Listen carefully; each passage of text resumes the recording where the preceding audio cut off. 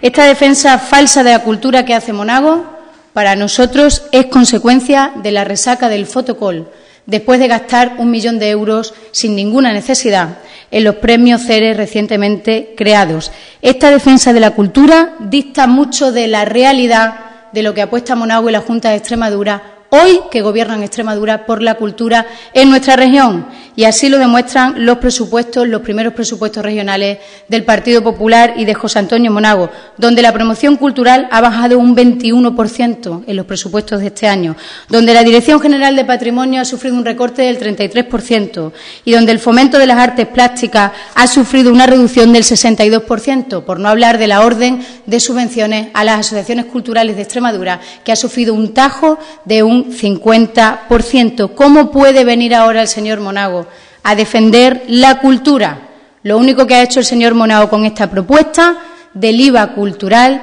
es sacar el lerrusista que lleva dentro el señor Monago, porque lo único que tenemos claro los socialistas es que a partir de pocos días la mochila que van a llevar los escolares extremeños al colegio va a pesar un 17% más. Y a este respecto le decimos a Monago de manera clara que no enrede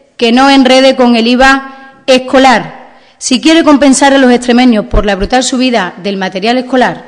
tiene varias opciones el señor Monago. En primer lugar, que devuelva el transporte escolar a quienes lo necesitan en esta región. Y en segundo lugar, que devuelva los 5 millones de euros que ha quitado a las ayudas a los libros de texto, que con los socialistas de Guillermo Fernández Vara eran 7 millones de euros y con los populares de José Antonio Monago se ha reducido a 2 millones de euros.